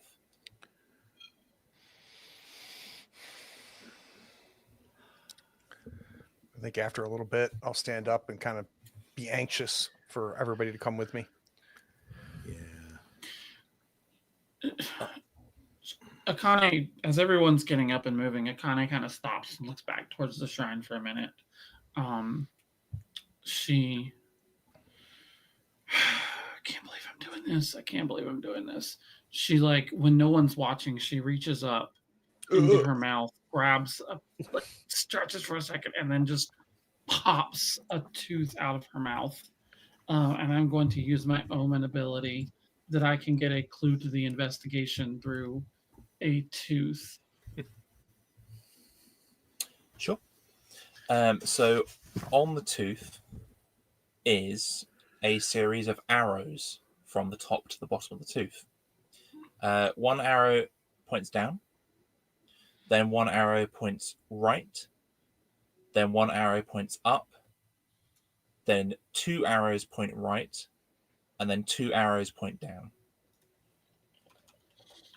Great. So it's playing Nintendo. I was supposed to say we need a PlayStation. Yep. Akane's cheat code. I'll just like frustratedly scream, I don't know what this fucking means. Does anyone notice that? Probably. I was loud. Yeah, I hear you say it. I run over to you. And go, yo, what'd you find? What'd you find? What means what? I found another one of these fucking teeth. Look, here it is. It was in the shrine. God, I looked. She's really clearly fucking lying. She is I absolutely lying. I looked real close. I didn't see this. You're really good at this. For lying, give me a mouth check. Okay. Because of my omen, I am at half on a mouth check. Oh. So I am, but I'm at a 7. So does that mean normally I'm at a 7? So that means I would be at a 4. Round up, Yeah, round it up. So 4 plus 12. Let's not mess this up. I messed it up. That's a 7. The 7, and it's a And it's Oh an my Eyescape God, roll. with the Eyescape. So your mouth is like bleeding profusely, and there's like, almost like a line of blood and spit kind of connecting the tooth to your mouth that you very clearly just pulled out your mouth. And let me just check what happened on the Eyescape. So fine. as you make this lie, this scream echoes through the ravine, and you can see on the other side of the ravine there is just a forest tree line, and some of the trees start to shake sort of into the tree line, and you hear a second scream echo across the ravine, and then silence, and the trees stop shaking. Yeah, no time to worry about that. Let's just go. Don't worry about it. It's good. I like give you the tooth back. Yeah. So, the tooth you found, is that? Do we go left? Do we go right? Do we go back up? Well, twice? there's only What do one we way do? to go, right? Yeah, at the moment, I guess I don't know. Let's just go before whatever that is finds us, please. Yeah. Kid, I say, looking at Dirge, you're the lightest of us. This thing looks a little bit rusty. You want to go first? So I think during the rest, Dirge has been blowing on a harmonica some ambient music, trying to match the sounds of nature. I will stand up. So we're going through the fence. Is that? So there's a walkway going along the cliff. This rusted metal walkway. Yep. Without question, I'll go ahead and go forward.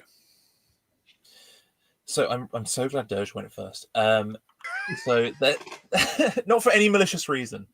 So as you make your way around this corner, you see a few things as you round this corner on this walkway.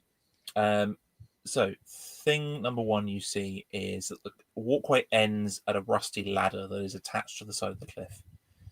And below the ladder has kind of half fallen away, but at the bottom of where the ladder would end is a continuation of the walkway, which again has half fallen away. That walkway moves through a torii gate that is sideways out the cliff.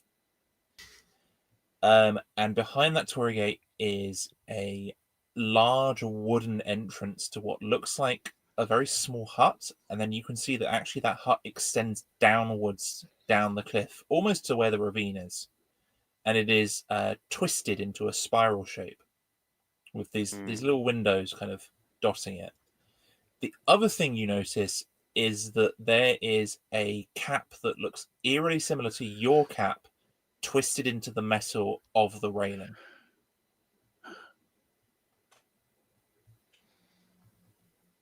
How far from the end of where the ladder has given, like, if we go down partially down what's left of the ladder, how much of a jump are we looking at to get to the rest of the? About 20 feet. Oh, geez. Oof. Okay. That's too much. Having been alerted to Akane's tooth, so there's only one direction right now, and that is down. Is that correct?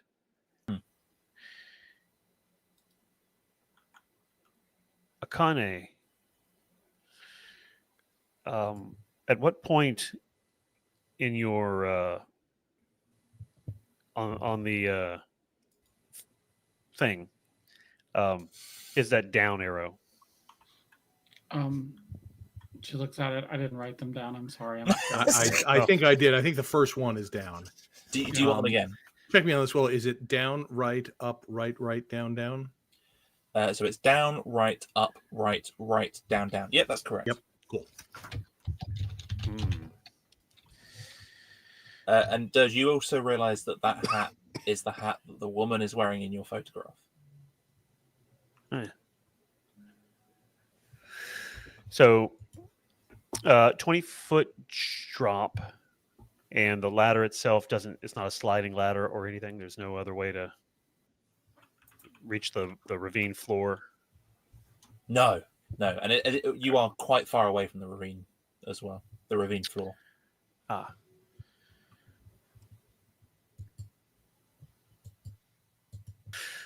Well, I'm going to check it out. I'm going to go ahead and climb or let myself down the ladder.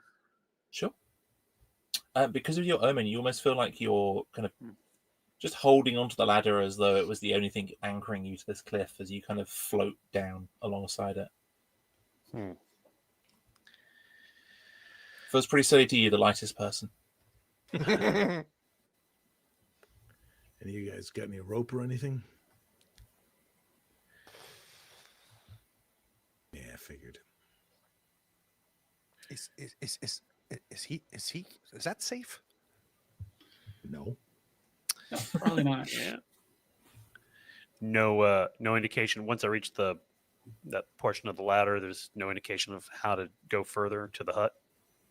No. So the ladder is kind of only connected on one side, and it is hanging sideways as though the only thing connecting it is rusted. Oh, we lost our weaver. Oh no. Yeah. So, All right. Oh, looks like it's trying to catch up. If you can hear us, Willow, just do a refresh. Just drop out. Yeah. Oh no, you're back. We've got you. Okay. So it's just the rust that was connecting the ladders. What we last heard. Nope. Uh-oh. Well, ominous. it's probably fun. Let's give him a chance to refresh. See, this is why technology hates me so much. It's really my fault. Oh, all right, I think you're back. All right. So Yep. the last thing we heard was that it was just the rust that was holding the ladder. He is not on Okay, my apparently the browser. rust is the problem. Yeah, that's all right. That's all right. Let's do this. Let's go to credits, and hopefully Will will join us on the other side.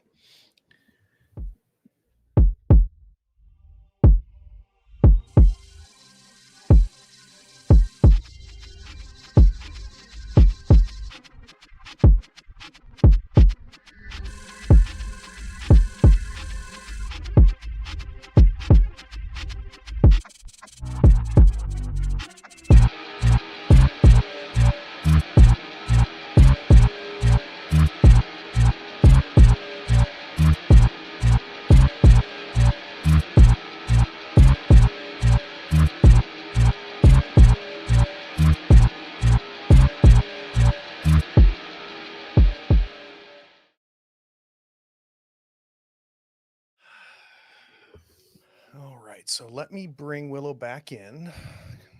Give me just 1 second. All right. Now we can see and hear you, Willow. So, Willow, one of the things that we like to do at the end of every session, and obviously we're going to have at least one more session here, as is noted in the chat from Brian, we literally had a cliffhanger this time. But what we like to do is thoughts, stars, and wishes. And we take turns. Thoughts is, what did we think about the game as a game and as a system? What are our insights on that? Stars are what really stood out. When did the game fully realize for us? When were we the most lost in play? And then wishes is either something that we're hoping to see next episode that we haven't seen yet, or something that we've seen already we want more of. So I'm thinking maybe start with you, Connell. You want to do your thoughts, stars, and wishes? Yeah, sure. So a couple of stars. One is Maeve's tooth, because that is so grody. Her tooth thing. That's just very effective. And I think overall, Willow's descriptions of sort of this creeping horror. So for anybody who is really sort of dialed in and familiar with J horror, it's, there's these recurring images throughout. And I think it's very hard to sort of hit that balance between the familiar and overused, overworked, and sort of this novel sense of unfolding. And I think Willow nailed that perfect with the rats and the hair. Yep. And the eyes. I think the eyes are a great image for the game, for the eyescape, the iris factor. Focus. So I think the game is hitting on all cylinders for me. I absolutely love it, and I don't have any wishes really. Oh, come on! To continue, I kind of want. I didn't want to stop. All right, I'll go next. Thoughts on the system. Obviously, this is somewhat familiar for me, Willow, having playing Web World, which is really our introduction to each other, is me discovering that game of yours. I really am amazed at how good knowing the numbers and every time you roll.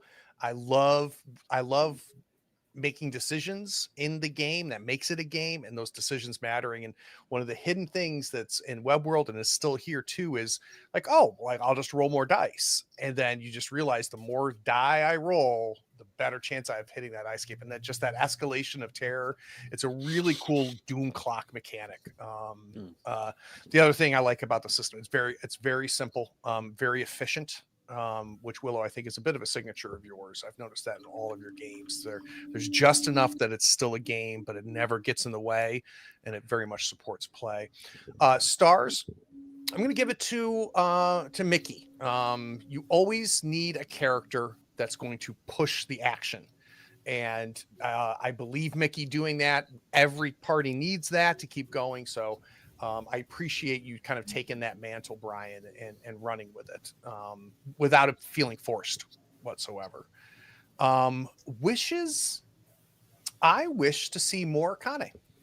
I would like to see Akane do a little bit more here. We've gotten a little bit of insight into this crazy tooth omen thing that she has. I want to see Maeve figure out why Akane is here. Yeah. Because I think you're still struggling with that, and I look forward to you finding that out from Akane. So that's my wishes. So I'll hand it to you, Maeve. Thoughts, stars, and wishes. Thoughts. I agree that I like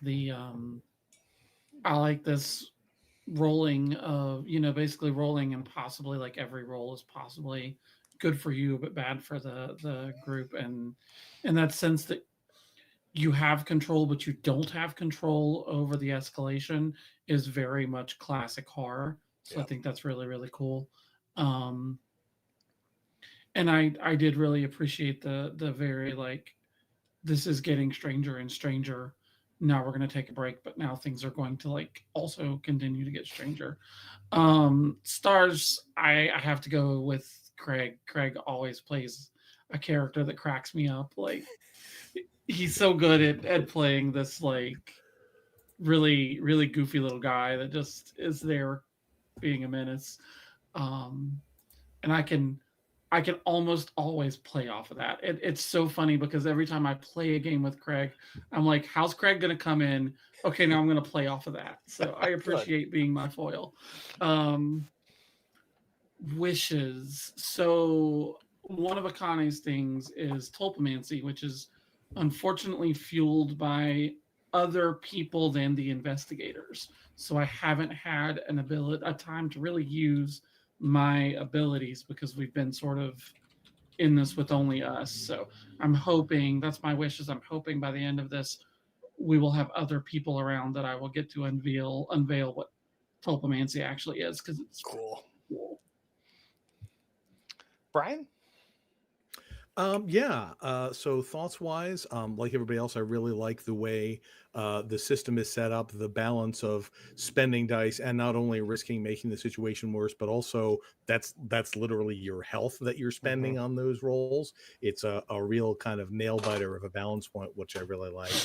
And also to piggyback on what Connell was saying, it does have a very distinctly Japanese horror vibe. I would say it seems like the kind of thing Junji Ito would write, but it's not ripping off anything he's done. So you've got that style going on, which I really appreciate.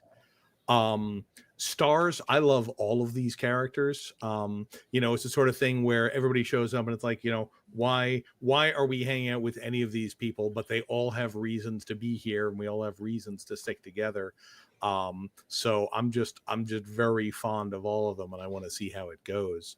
And wishes, I'm kind of torn because it's like I kind of want to figure out what's going on. Both Mickey and Brian are the kind of people it's like, let's get to the bottom of this and figure it out. But I think inherently this kind of horror isn't a thing you can figure out. Right. You just kind of get to a cause and maybe deal with it or maybe don't. So it's like, I want to find out more, but I'm not expecting to understand it, I guess is what I'm saying. Yeah, I'm with you on that one. I'm very interested to see what in this world are we facing, right? I think that's something that's kind of cool about this is that it's not Call of Cthulhu, it's not Trail, right? This is its own thing, and we as players don't even really know what the hell we're up against, which I think is cool. Willow, we don't need your thoughts because I would assume you're a fan of the mechanics. But, we'd love to hear your stars and wishes. I think stars for me is was just Dirge deciding to speak only in sort of song lyrics, which are fantastic. And I think I agree for wishes that I want to see more of tulpomancy, and don't worry, there will be a large amount of chance to use tulpomancy coming up. I don't like the way you said that. That sounds a little Literally everything that comes out of his mouth sounds yeah, ominous. at this point I'm sus. Everything you say is sus. Like, I also just need to quickly bring up that every single person triggered the Eyescape, and you level up your omen once per investigation on triggering the Eyescape, so everyone else needs to level up their omen. Beautiful. Who hasn't already. Yeah, I my omen skills. And it'll be interesting too, because like Akane, my omen skills need others to get involved as well. I was very happy not to have fallen asleep. I came close, but Oh my god. I just realized the second skill of my omen is so insane. well, keep it to yourself. I think. Oh, this yeah, is- no. It's Yeah, I purposely did not read the other omens because I'm anxious to see like that. like I pretty said in the great. chat, teeth really just bother me. I have problems with my own teeth and everything, and it really bothers me. So I was like, this is what I'm gonna go for because we're doing horror. So I Let's want do to be it. a little icked out. Oof. That's exciting. So for those of you watching, obviously you can find when episode 2 will be by following on all the socials, blah, blah, blah, thirdfloorwars.com. You know the routine. This coming Thursday, the majority of the cast of Sentinels, we're going to be playing a one-shot called Everybody is John. Each of the players are going to be a voice inside of John's head. Each of these players are going to have objectives that they want to hit when they take control of John. It is a competitive RPG, and I cannot wait to run it. Willow, thank you. And we'll do episode 2 soon. Thank you. Absolutely.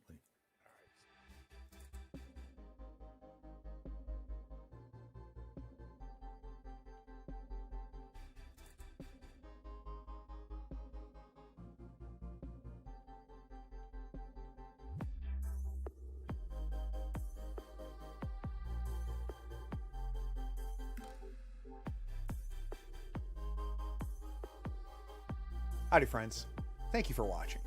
All our content is archived and organized in playlists on the Third Floor Wars YouTube channel. Check it out. And if you could like, follow, subscribe, and even set your notifications to this channel on YouTube and Twitch, we'd appreciate it, and it'll make sure that you catch all of our content.